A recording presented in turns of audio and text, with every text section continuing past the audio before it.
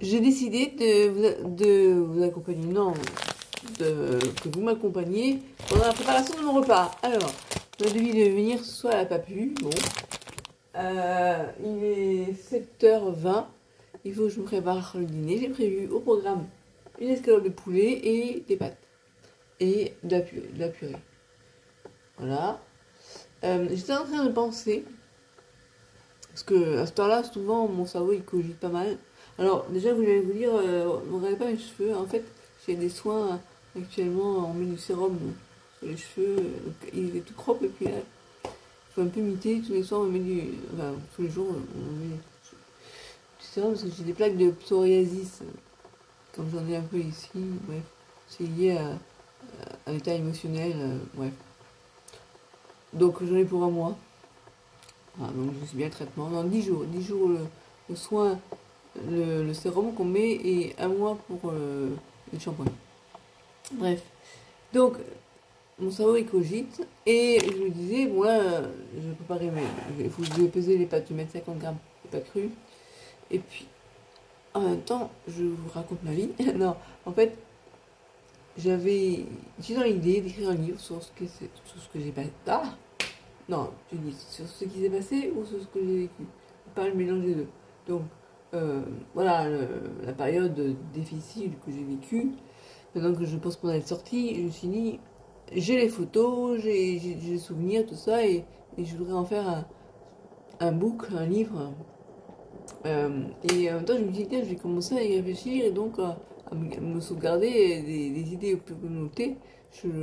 J'allume la vidéo. Et du coup, je me suis dit, bah, tiens, faire une vidéo. Et donc, je vais vous partager le début de mon livre. Donc, j'ai pensé, en fait, moi, quand je réfléchis à l'idée d'un livre, et en même temps, c'est toujours très proche de qu'est-ce que je ferais si je devais le filmer. Vous savez peut-être pas, mais quand j'étais adolescente, je voulais devenir réalisatrice de films. Et bon, c'est pas du tout ce que j'ai fait, hein, parce que je suis des études en droit, mais bon. Dans la tête, c'est commencer par je suis aux urgences, il est 5h du matin, à peu près. Non, un peu moins quand même, j'exagère, il est 2-3 heures du matin. Je suis dans une salle, toujours aux urgences, dans une salle où en fait, il y avait tellement de monde que. Puis j'étais en attente, en fait, en attente qu'on me foutre ailleurs. En médecine interne, j'ai été finalement. Bon, donc aux urgences. Non, le premier soir, j'étais dans une salle, une chambre à part parce qu'ils n'avaient pas de place. Justement, c'est le lendemain qu'ils m'ont mis en médecine interne. Et honnêtement, on voit la différence, quoi. C'était beaucoup plus calme. Enfin. Puis là, le premier soir, il fallait que je sois en observation. Donc, je reviens à mon idée de. En même temps, je vais faire doser mes pattes. Hein. Donc, ce soir-là, j'étais en fait sur une, comment on appelle ça? On transporte là ah, le mot qui est perdu. Bon, et donc je pouvais pas bouger parce que j'avais plus la force, parce que j'étais déshydratée, dénutrie, en même temps j'ai la sclérose en plaques, donc je pouvais pas bouger, et j'avais faim, parce que en fait j'ai toujours eu faim. Même quand j'avais plus le goût dans la bouche, j'avais encore faim, mais comme j'avais du dégoût en même temps, souvent dès que je mettais quelque chose dans la bouche, parce que j'avais faim, j'avais envie de recracher parce que c'était pas bon. Et c'est pas parce que j'avais pas le goût, c'est que ce n'était pas bon. Mais la faim, j'ai toujours gardé en fait. C'est ça qui était dingue. Donc si l'anorexie, c'est de ne pas manger à sa faim, j'étais anorexique, si c'est parce que j'avais pas faim, si j'avais encore faim. Et donc ce soir-là, ce soir-là, à 2h du matin, donc j'avais pas bu, là-bas on n'a pas le droit de boire ni de manger, comme à un moment donné, je commençais à avoir soif et à avoir faim quoi. Et donc je voulais récupérer quelque chose dans mon sac, parce qu'on m'a dit à ce moment-là, tu peux boire, ouais, mais quand tu es affalé sur ton lit, tu peux pas bouger, parce que tu as une sclérose dans le pas qui était quand même dénutrie, comment tu fais? Ton sac il est par terre. Du coup, je vais boire. Attends. Du coup, j'ai demandé à une nana qui était là, qui devait être un médecin, je pense que c'était un médecin, parce qu'elle a noté tout sur son ordinateur. Donc j'étais sur mon. Ah, j'ai failli trouver le mot, mais je n'ai pas trouvé. À droite, j'avais la fille avec son ordinateur, et en face de moi, il y avait un brancard, voilà. Il était sur un brancard, et qui était à moitié vêtu, et qui n'arrêtait pas de bouger, enfin, on voyait qu'elle était une personne âgée. Et donc, l'autre a essayé de la surveiller, mais ça a gonflé, elle dit, là, arrêtez de bouger! Moi, j'étais là, j'assistais à ça. Et en même temps, j'essayais qu'on me donne quelque chose à manger et à boire, quoi. Rien, que dalle. J'attendais depuis, il était midi quand je suis arrivée aux urgences. Il était là à 2-3 heures du matin. Bref. Donc, cette dame essaie de la choper en lui disant, Madame, s'il vous plaît, pourriez me donner mon sac que je puisse j'ai un morceau que je puisse manger quelque chose, quoi. Et elle me répond, devinez quoi?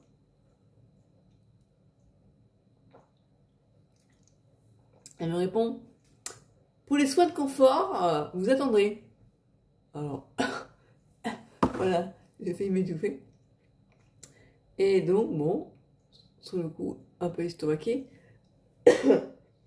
Et puis, j'ai attendu. Il n'y avait pas grand chose à faire, de toute façon. Hein. Et puis, quand elle est revenue, quelques demi-heures après, ou une heure après, je sais pas, j'ai retenté. Puis, j'ai dit, s'il vous plaît, madame, c'est pas des soins de confort que je vous demande, parce que je pense pas qu'on puisse considérer que de manger pour une anorexie, que ce soit des soins de confort. Elle me dit, ouais, effectivement. Puis, rien à foutre, quoi. Ah, c'était dingue. Et avant ça, aux urgences, pareil, mais c'était un peu plus tôt. Il y avait une demoiselle, une jeune fille qui était à côté de moi, on voyait qu'elle était anorexique, parce que on voyait son dos tout. Enfin, vous savez, on met des blouses et on voyait son dos plein de. Enfin, elle était comme moi en fait, hein, elle était squelettique quoi. Et puis je la voyais pas bien et je lui disais ça va? Elle me dit non, non, je vais faire ça va pas. Elle disait au téléphone à sa mère, quand elle était jeune, je vais avoir des hallucinations, s'il me donne pas à boire, tu sais comment ça se passe et tout. Elle parlait ça avec sa mère. Puis moi j'étais à côté, moi aussi j'avais soif, et bon, on nous interdisait de boire. Puis à un moment donné, je voyais qu'elle était pas bien, elle a arrêté de tourner l'œil quoi. Et je lui ai dit écoutez, vous voulez que j'appelle quelqu'un? Elle me dit oui, donc la personne qui est passée, je lui ai dit s'il vous plaît, mademoiselle, elle va faire elle a besoin de boire.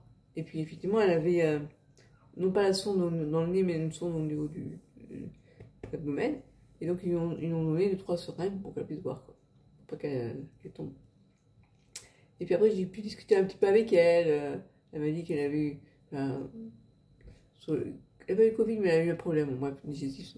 Et, euh, et donc, moi, j'avais filmé quand il lui mettait la seringue et l'infirmier, le fameux infirmier qui est arrivé vers moi en disant c'est pas à vous, hein, c'est juste le service, vous n'auriez pas dû atterrir ici, quoi.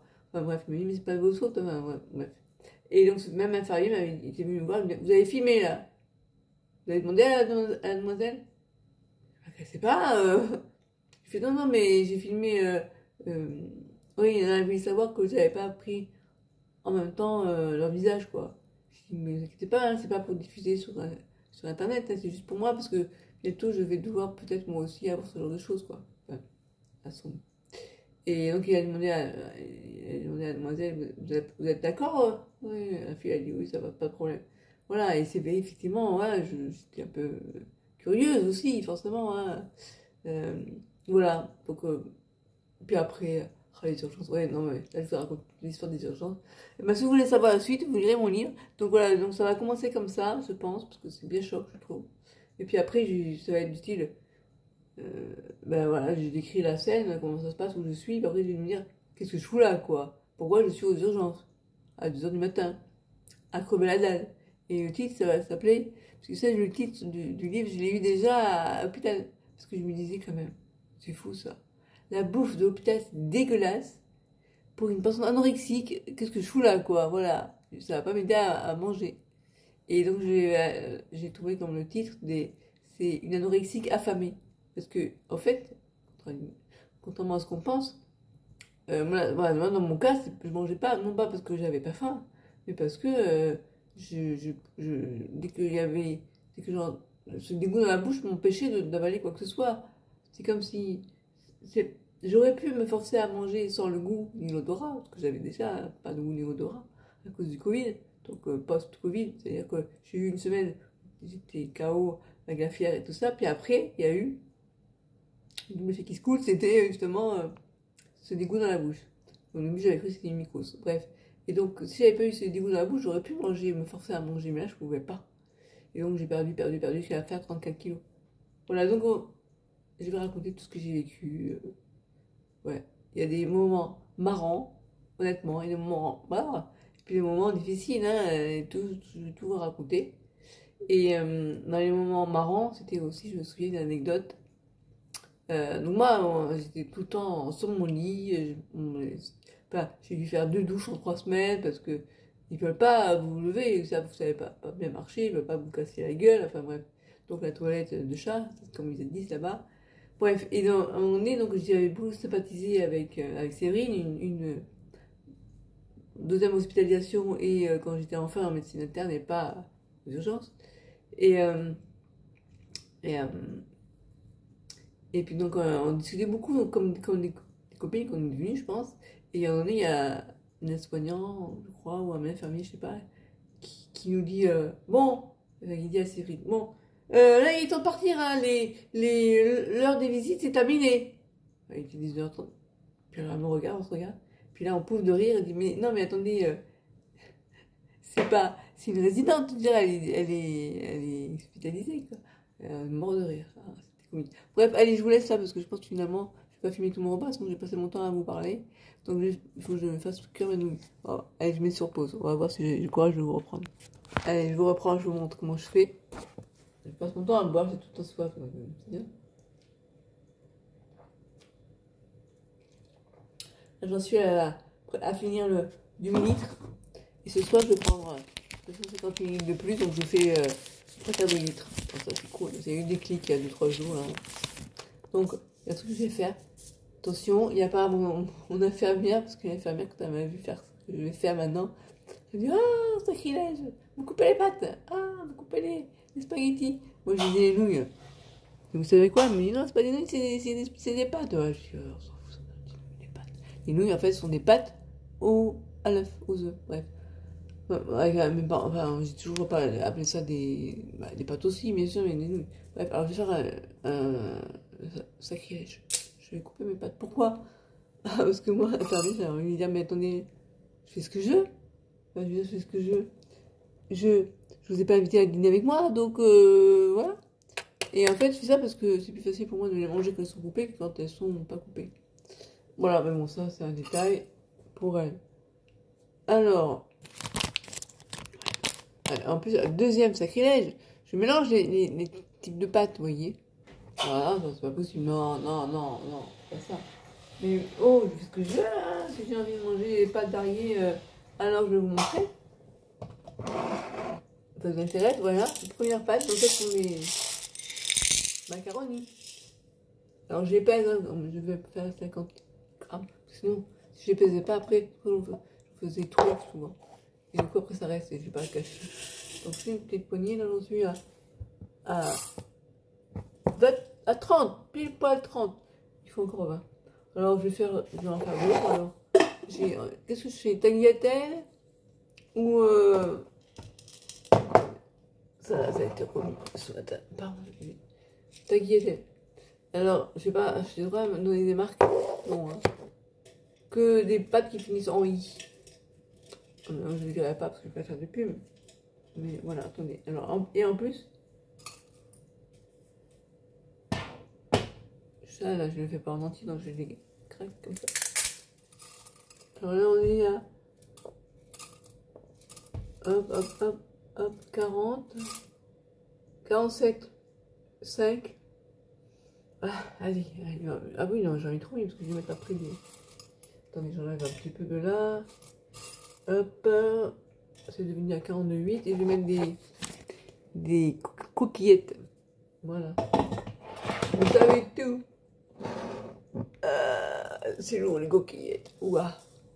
Coquillettes. C'est depuis peu que j'ai des bocaux comme ça. Là, une petite poignée. Pour ça fasse. Et bien là, on est à 49,3. C'est bien.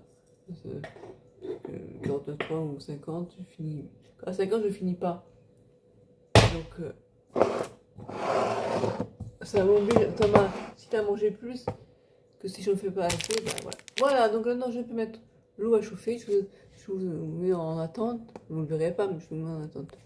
Voilà, l'eau est mise à bouillir hein, et j'attends plus que ça commence à bouillir. Alors là, je commence à avoir un petit peu la dalle. Enfin, un petit peu, beaucoup, enfin, ça revient. Je vais me reprendre un morceau de collation. Franchement, je ne reviens pas. Avant le Covid, déjà, je ne faisais pas de collation, je ne buvais pas un litre d'eau. Il y a beaucoup de choses qui ont changé finalement. Et ça, c'est un mal pour un bien, on va dire. Mais j'aurais pu y passer. J'avoue que là, c'était chaud. Hein. Là, je vous en parle parce que ça va mieux. De toute façon, c'est con ce que je dis. Parce que si ça n'avait pas été mieux, ben, je ne serais pas là pour vous en parler. Parce que je ne serais plus là. Donc, bon, allez, il faut dire les choses comme ils sont. Hein. On va faire un chat. Hein. Attendez, hop là. Voilà. J'ai mis les nouilles, les pâtes, voilà. Faut que je fasse mon langage, c'est ce que je dis. Je dis ce que je veux après tout. Hein. La dernière fois que j'avais dit ça à l'infirmière, elle m'a dit c'est vous la nouille. Oh punaise, comment tu me traites toi? Elle est un peu bizarre cette infirmière quand même. Une fois, je faisais du coquelet, elle me dit encore? Je dis, mais du coup vous mêlez, vous êtes là pour remplir vos classeurs qui sert à rien d'ailleurs. Pour venir voir si je suis toujours en vie. Mais vous n'êtes pas là pour me dire que tu dois manger ou... Elle est spéciale. Bon après, je vais vous dire, au départ j'aimais bien. Notre marrante. Je vais dire mon aide de vie. Elle est marrante. L'infirmière, tout ça que j'avais lu avant. Oh, et maintenant j'ai plus envie de dire, elle est plutôt chiante que marrante. Allez hop. J'ai fini. J'espère qu'elle ne regarde pas mes vidéos. Sinon, ça va faire la tête à la grimace. Hein. Non mais bon, j'aime bien, mais de loin si tu veux. Oh là là, qu'est-ce que je dis? Là, mais c'est l'humour, hein. C'est l'humour. Mais elle a toujours une petite pique, un petit mot sympathique. Comme elle m'a dit, ouais, je dis, mais ça va. Puis elle dit, ça va continuer. Enfin, mais elle a dit, faut espérer. Je savais quoi, ça faut espérer? Ça veut dire qu'il faut aller prier. Je lui ai dit, ou allumer un cierge pour être sûr que demain ça va aller pour moi. Non, c'est juste ce que j'ai dit, ça va être pour. Toujours, comme la fois où on m'a demandé un poids, je dis, bah, je fais 47,8. Mais ok, ouais, non, toujours 47. Non, 47,8. Non, mais en début de semaine, déjà, on a passé 47. Je dis, non, début de semaine, c'est à 47,4. Ah, pour nous, c'est pareil. Mais non, pour vous, c'est pareil. Pour moi, c'est pas pareil. J'essaie de prendre du poids. Je prends du poids, 400 grammes, c'est quelque chose. Bon, bref, voilà, toujours. Honnêtement, si j'avais pas le moral que j'ai, le mental que j'ai, c'est le genre de choses qui te. Mais moi, j'avais tellement l'habitude, ma mère était comme ça aussi. Une fois, je me souviens, j'avais trouvé un boulot, et puis j'étais toute contente parce que le boulot me plaisait et tout. Elle me fait, mais Christelle, tu crois que tu vas aller tous les jours prendre le bus pour aller au centre-ville de Montpellier? Tu vas pas venir même 2 jours, quoi. Oh, eh bien, vous savez quoi? Elle est arrivée à m'influencer. J'ai appelé la personne pour lui dire non, finalement, le travail, non. Et ben voilà, c'est tout à fait ça. Ma mère dit non, et puis elle, c'était toujours à te casser ton moral, quoi. Donc j'ai l'habitude. Voilà, donc j'ai l'habitude. Donc comment on fait pour ces gens comme ça? Eh ben, on les laisse parler, qu'est-ce que tu veux faire? Alors de temps en temps, attendez, parce que là j'ai pas mis ouais, alors 41, ok. Donc alors, à 50. De temps en temps, on leur répond. Moi j'ai essayé, genre je lui ai dit, les nouilles, les pâtes, on peut appeler ça des nouilles aussi. Les nouilles, ce sont des pâtes avec des œufs, enfin ouais. C'est ce que je suis allée me renseigner. Et c'est comme ça que je suis devenue quelqu'un qui cherche toujours à se renseigner. Dès que j'ai des questionnements, je vais aller voir. Non pas pour avoir le dernier mot, mais parce que j'aime bien savoir. Et voilà, donc oui, face à des gens comme ça, bah, la plupart du temps, il faut laisser passer. Puis des fois, tu peux les rentrer dedans, comme une fois je l'ai fait. On parlait des bas de contention, et vous ne comprenez pas pourquoi je me dis pas des bas de contention tout le temps. Et moi je dis parce que dans la seconde pas qu'on a des douleurs aussi. Et bas de contention, ça oppresse quand même, forcément. Et entre petit aparté, j'ai trouvé depuis les séances de réflexion, ça me fait beaucoup plus d'effet que le bas de contention. Mais des fois, je les mets les bas de contention quand je sors, par exemple, quand je sais que je vais être immobilisée pendant longtemps. Sinon, je me mets les pieds sur mon nouveau fauteuil, c'est nickel. Donc, elle me ça, hein. Bon, alors je lui explique, et j'essaie de lui expliquer, je pense qu'elle me ça. Voilà. Et là-dessus, après, elle dit oui, mais le bas de contention, c'est pas compatible avec la sclérose en plaques, quoi. Ah, je dis bon. Et là, je lui ai dit, là, je suis calme, hein. Là, je lui ai dit, mais il faut avoir la sclérose en plaques pour comprendre. Et là, elle dit, bon, bah, à demain, elle a filé. Je dis, bon. on est où quand on est excédé, voilà. Et ben voilà, des choses comme ça. Donc elle a trouvé sympa par rapport à l'ancienne infirmière que j'avais, et au final, tu vois, non, mais elle est bizarre quand même. Elle est bizarre. Puis comme la fois où elle me disait, bon, moi je vais être franche avec vous, moi je suis franche, hein. Contrairement à toutes les autres personnes de l'équipe, je suis la plus franche. Je marche pas mes mots. La sonde là, vous n'avez pas pris de la retirer, hein. Ah bon? Ah bon? Ah ouais, ah ouais. Ah oui, oui. Et qu'est-ce qu'elle avait dit d'autre à l'époque? Ouais, en gros, elle me disait, il faut voir un psy. Alors, j'ai rien contre. Moi, je suis quelqu'un qui, ouais, on peut discuter, ok. De toute façon, tout le monde peut aller voir un psy. Je veux dire, si je veux aller, et j'ai là, il me dit, un psy, tu vas aller faire 10 ans de thérapie pour apprendre à ouvrir ta bouche pour manger, quoi. Bref. Mais par contre, la rééducation par la sonde, c'est un grand effet, hein. Puis à un moment donné, bah, c'était dur au début, dur. Puis à un moment donné, ça a mis un déclic. Donc là, j'ai doublé ce que je mangeais avant. Et j'ai la boisson, n'en parle pas. Mais voilà, je peux encore faire du chemin. Mais je pense là être sortie d'affaires. Et donc, forcément, ça doit pas être. Enfin, je pense, hein. Ça doit la faire chier de se dire, ben, moi, je pensais que ça allait être beaucoup plus long que ça, quoi. Puis même. Et puis finalement, là, j'ai eu une déclic d'un coup qui est arrivé. Moi, ça me surprend, hein. Et du coup, j'ai dit, de toute façon, la nutrition, je ne pouvais plus la supporter, cette nutrition, ça me donnait la germe. J'ai dit, j'arrête la nutrition, j'ai demandé à mon généraliste, on m'avait dit 2 mois avant d'envoyer la sonde pour être sûr que ça va aller. Et puis bah là, vraiment, ça fait, il y a un bug en même temps, ouais. Ça fait 8 jours que j'ai plus rien, et je me débrouille toute seule, et voilà. Donc il a été ok pour la retirer. Je sais pas si c'était que la voulait pas, puis finalement, ouais. Enfin voilà, c'est pas évident de savoir gérer les gens qui ont des petites piques comme ça.